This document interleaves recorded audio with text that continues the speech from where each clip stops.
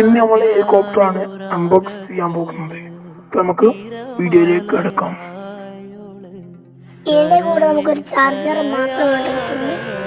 പിന്നെ ഇതിന്റെ അടിയിൽ കാണുന്നതാണ് ഒന്ന് ചാർജറിന്റെ ആണ്, ഒന്ന് സ്വിച്ച്, ഒന്ന് സെൻസർ. കൂടുന്നിലെ പണിക്കായി മരുന്നോ